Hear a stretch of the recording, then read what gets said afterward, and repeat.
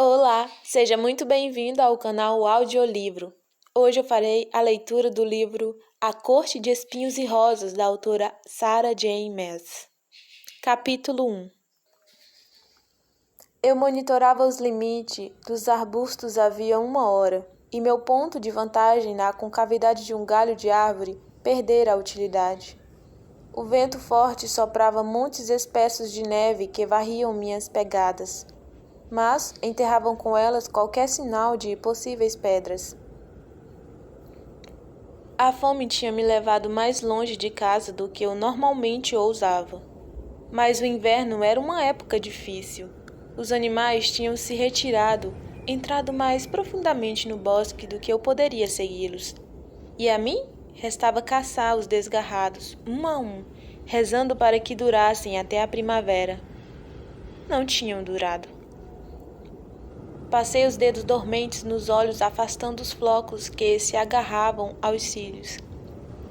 Aqui não havia troncos de árvore sem casca, evidência da passagem de cervos. Eles ainda não tinham seguido em frente. Permaneceriam até que as cascas acabassem, e então viajariam para o norte, além do território dos lobos, e talvez para as terras feéricas de Prythian, onde nenhum mortal ousaria pisar, a não ser que tivesse o desejo de morrer. Um calafrio percorreu minha coluna quando pensei nisso, e afastei a sensação, me concentrando nos arredores, na tarefa à frente. Era tudo o que eu podia fazer, tudo o que eu tinha conseguido fazer havia anos, me concentrar em sobreviver, à semana, ao dia, à próxima hora. E agora, com a neve, teria sorte se visse qualquer coisa àquela altura, principalmente na minha posição, no alto da árvore. Eu mal conseguia ver 4 metros adiante, contendo um resmungo quando braços e pernas enrijecidos protestaram contra o movimento. Afrouxei o arco antes de descer da árvore. A neve dura estalou sobre minhas botas, desgastadas, e trinquei os dentes. Visibilidade ruim, barulho desnecessário. Eu estava a caminho de mais uma caçada infrutífera. Restavam apenas algumas horas de luz do dia. Se eu não partisse logo, precisaria encontrar o caminho de casa no escuro, e os avisos dos caçadores da aldeia ainda pareciam frescos em minha mente. Lobos gigantes estavam à espreita, e muito deles. Sem falar dos boatos de um povo estranho avistado na área, alto e sinistro, e mortal. Qualquer coisa, menos feéricos, suplicavam os caçadores a nossos deuses. Havia muito esquecidos. E eu rezava em segredo ao lado deles. Nos 8 anos em que morávamos em nossa aldeia, a 2 dias de viagem da fronteira imortal de Prythian, tínhamos sido poupados de um ataque. Embora caixeiros viajantes às vezes contassem histórias de aldeias afastadas da fronteira, reduzidas a lasca, ossos e cinzas, esses relatos, certa vez raros o bastante para serem ignorados pelos anciões da aldeia como boatos, tinham mais recentemente se tornado sussurros constantes em todos os dias de feira. Eu arriscara muito ao entrar tanto na floresta, mas tínhamos acabado com o pão no dia anterior e o restante da carne seca no dia anterior àquele. Mesmo assim, eu preferiria passar outra noite com fome a satisfazer o apetite de um lobo ou de um feérico. Não que houvesse muito de mim para se banquetearem. Eu tinha ficado esquálida a essa altura do ano e podia contar muitas das costelas. Andando o mais ágil e silenciosamente que podia entre as árvores, pressionei a mão contra a barriga vazia e dolorida. Sabia qual expressão estaria estampada nos rostos de minhas irmãs quando eu voltasse para o nosso chale de mãos vazias. Mais uma vez. Depois de alguns minutos de busca cuidadosa, eu me agachei em um aglomerado de arbustos espinhentos, cobertos de neve. Em meio aos espinhos, tinha uma vista relativamente decente de uma clareira e do pequeno riacho que fluía por ela. Alguns buracos no gelo sugeriam que ainda era frequente usado. Com sorte, Alguma coisa passaria. Com sorte. Suspirei pelo nariz, enterrando a ponta do arco no chão, e apoiei a testa contra a curva tosca da madeira. Não duraríamos mais uma semana sem comida, e famílias demais já haviam começado a implorar para que eu confiasse na caridade do povo mais rico da aldeia.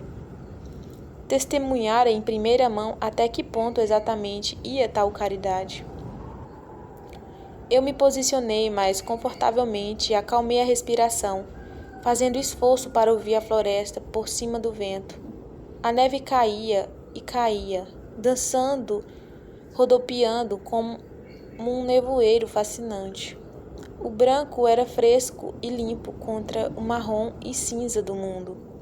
E apesar de não querer, apesar de ter braços e pernas dormentes, silenciei aquela parte inquieta e maligna de minha mente, a fim de observar o bosque coberto pelo véu de neve. Houve um tempo em que parte de mim era instintivo desfrutar o contraste da grama nova contra o solo escuro e revirado, ou um broche de ametista animado em dobras de seda esmeralda. Houve um tempo em que eu sonhava e respirava e pensava em cores, luzes e formas. Às vezes eu até mesmo me permitia sonhar com o dia em que minhas irmãs estariam casadas e seríamos apenas papai e eu, com comida o suficiente para todos, dinheiro bastante para comprar tinta, tempo o bastante para colocar aquelas cores e formas em papel, ou tela, ou nas paredes do chale. Um sonho que provavelmente não aconteceria tão cedo, talvez nunca. Então, me restava roubar um momento como aquele, admirar o brilho da luz pálida do inverno sobre a neve. Não conseguiria me lembrar da última vez que tinha parado a fim de admirar qualquer coisa linda ou interessante. Horas de ócio em um celeiro decrépito com Isaac Raleigh não contavam. Aquelas horas eram vorazes e vazias e às vezes cruéis, mas nunca lindas. O vento uivante se transformou em um suspiro baixo. A neve passou a cair preguiçosamente, em punhados grandes e gorduchos que se acumulavam em cada fresta e protuberância das árvores. Hipnotizante. A beleza letal e suave da neve. Eu me encolhi diante do pensamento de precisar voltar para as estradas lamacentas e congeladas da aldeia, para o calor abafado de nosso chale. Arbustos farfalharam na clareira. Sacar o arco foi uma questão de instinto. Olhei os espinhos e prendi o fôlego. A menos de 30 passos estava uma pequena coça, ainda não muito magricela devido ao inverno, mas desesperada o suficiente para arrancar a casca de uma árvore na clareira. Uma coça como aquela poderia alimentar minha família durante uma semana ou mais. Minha boca se encheu d'água, silenciosa como o vento que ciciava entre as árvores mortais. Mirei. Ela estava tão distraída, tão alheia ao fato de que a própria morte esperava a metros de distância. A coça continuou rasgando tiras de casca, mastigando devagar. Eu poderia secar metade da carne e nós poderíamos imediatamente comer o restante, ensopados, tortas. A pele poderia ser vendida ou talvez transformada em roupa para uma de nós. Eu precisava de botas novas, mas Elaine precisava de um manto novo. E Nesta? Queria qualquer coisa que fosse de outra pessoa. Meus dedos tremiam. Tanta comida. Que salvação. Inspirei para me acalmar, verificando a minha mira outra vez. Mas havia um par de olhos dourados brilhando nos arbustos adjacentes. A floresta ficou em silêncio. O vento morreu. Até a neve parou. Nós, mortais, não tínhamos mais deuses para quem rezar. Mas, se eu soubesse seus nomes perdidos, teria rezado para todos eles. Escondido no arbusto, o lobo se aproximou, o olhar fixo na coça distraída. Era enorme, do tamanho de um pônei. Minha boca secou. Era um dos imensos lobos sobre os quais eu fora avisada. Jamais tinham visto um tão grande e, mesmo assim, ele permanecia despercebido pela coça. Se era de Prífia, se era de alguma forma feérico, então virar comida era a menor das minhas preocupações. Se ele era feérico, eu já deveria estar correndo. Mas talvez fosse um favor ao mundo, à minha aldeia, a mim mesma, matá-lo, enquanto eu estava oculta. Atravessar uma flecha em seu olho não seria um problema. Mas, apesar do tamanho, ele parecia um lobo. Se movia como um. Segurei a mim mesma. Apenas um animal. Eu tinha uma faca de caça e 3 flechas. As 2 primeiras era comum, simples e eficientes, mas que provavelmente não seriam mais que picadas de abelha para um lobo daquele tamanho. Mas a 3ª flecha, a mais longa e mais pesada, eu comprara de um caixeiro viajante durante um verão em que tínhamos cobre o suficiente para alguns luxos. Uma flecha entalhada de freixo, armada com uma ponta de ferro. Todos sabiam que os feéricos odiavam ferro, mas era a madeira de freixo que fazia com que sua magia curadora e imortal falhasse, por tempo suficiente para que um humano lhes desse um golpe mortal. Pelo menos era o que diziam os boatos. A única prova que tínhamos da eficácia do freixo era a raridade da madeira. Eu estudara desenho das árvores, mas nunca vira uma com meus olhos. Não depois que os grãos feéricos as tinham queimado, há muito tempo. Então, restava poucas, a maioria pequena e retorcida, e escondida pela nobreza, em bosques murados. Passei semanas depois da compra debatendo se aquele pedaço excessivamente caro de madeira tinha sido um desperdício de dinheiro. E durante 3 anos, a flecha de freixo ficara aguardada, inutilizada na aljava. Agora, eu rapidamente a sacava, contendo os movimentos ao mínimo eficiente. Qualquer coisa para evitar que o lobo monstruoso olhasse em minha direção. A longa flecha era pesada o bastante para causar dano. Poderia matar o lobo se eu mirasse direito. Se eu abatesse o lobo, a coça fugiria. Se eu abatesse a coça, o lobo iria atrás do meu pescoço ou da carcaça e destruiria quantidades preciosas de pele e gordura. Meu peito ficou tão apertado que doeu. E naquele momento, percebi que minha vida se reduzia a uma pergunta. O lobo estava sozinho? Segurei o arco e puxei ainda mais a corda. Eu era boa de tiro, mas jamais enfrentara um lobo. Achei que isso me tornava sortuda, até mesmo abençoada, mas agora não sabia onde acertar ou com que velocidade eles se moviam. Não podia correr o risco de errar. Era não quando só tinha uma flecha de freixo. E se houvesse de fato o coração de um feérico batendo sobre aquele pelo? Então que morresse depois de tudo que aquele povo fizera conosco. Eu não correria o risco de que ele espreitasse nossa aldeia mais tarde, atrás de massacrar e aleijar e atormentar. Que morresse ali e naquele momento eu ficaria feliz em acabar com ele. O lobo se esgueirou mais para perto e um galho se partiu sobre uma das patas, cada uma maior que a minha mão. A coça ficou rígida. Ela olhou para os 2 lados, os ouvidos se esticando na direção do céu cinzento. Com o lobo abaixado a favor do vento, a coça não podia vê-lo, nem sentir seu cheiro. A cabeça do lobo pendeu, e o enorme corpo prateado do animal, tão perfeitamente camuflado na neve e nas sombras, se equilibrou sobre as ancas. A coça ainda olhava na direção errada. Desviei minha atenção da coça para o lobo e então, de volta. Pelo menos ele estava sozinho. Pelo menos nisso eu fora poupada. Mas se o lobo assustasse a coça, só me restaria um lobo imenso e faminto, possivelmente um feérico, procurando pela segunda melhor refeição. E se ele a matasse? Se eu calculasse errado, minha vida não seria a única a ser perdida. Mas minha vida havia sido reduzida a nada além de riscos nos últimos 8 anos em que eu caçava no bosque. E eu fazia a escolha certa na maioria das vezes. Na maioria das vezes. O lombo disparou dos arbustos em um lampejo de cinza, branco e preto, as presas amareladas reluzindo.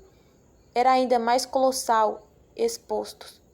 Uma maravilha de músculos, velocidade e força bruta. A coça não tinha chance. Disparei a flecha de freixo no lobo antes que ele destruísse mais a caça. A flecha encontrou o alvo em um dos flancos do lobo e podia jurar que o próprio chão estremeceu.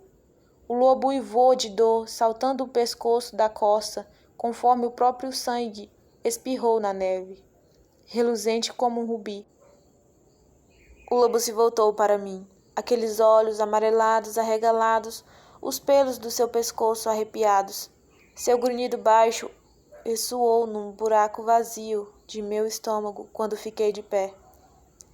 A neve se revirando ao meu redor, com outra flecha preparada. Mas o lobo apenas me olhou, a mandíbula manchada de sangue. Minha flecha de freixo despontado, banal, de seu flanco. A neve recomeçou a cair. O lobo olhou, e com um tipo de atenção e de surpresa que me fizera disparar a segunda flecha, só por precaução, para o caso de aquela inteligência ser do tipo imortal, malicioso. Ele não tentou desviar da flecha, quando ela perfurou facilmente o olho amarelado e arregalado. Cor e escuridão giraram, como um redemoinho em minha visão, misturando-se à neve. O lobo desabou no chão. Suas patas estremeciam e um gemido baixo cortou o vento. Impossível. Ele deveria estar morto, não morrendo. A flecha atravessou o olho do lobo quase até a ponta de pernas de ganso. Mas lobo ou férico, não importava, não com aquela flecha de freixo enterrada no flanco. Mesmo assim, minhas mãos tremeram quando afastei a neve do caminho e me aproximei dele, ainda mantendo uma boa distância. Sangue jorrava dos ferimentos que eu causara, manchando a neve de carmesim. O lobo batia com a pata no chão, a respiração já mais lenta. Será que sentia muita dor ou o choro era apenas uma tentativa de afastar a morte?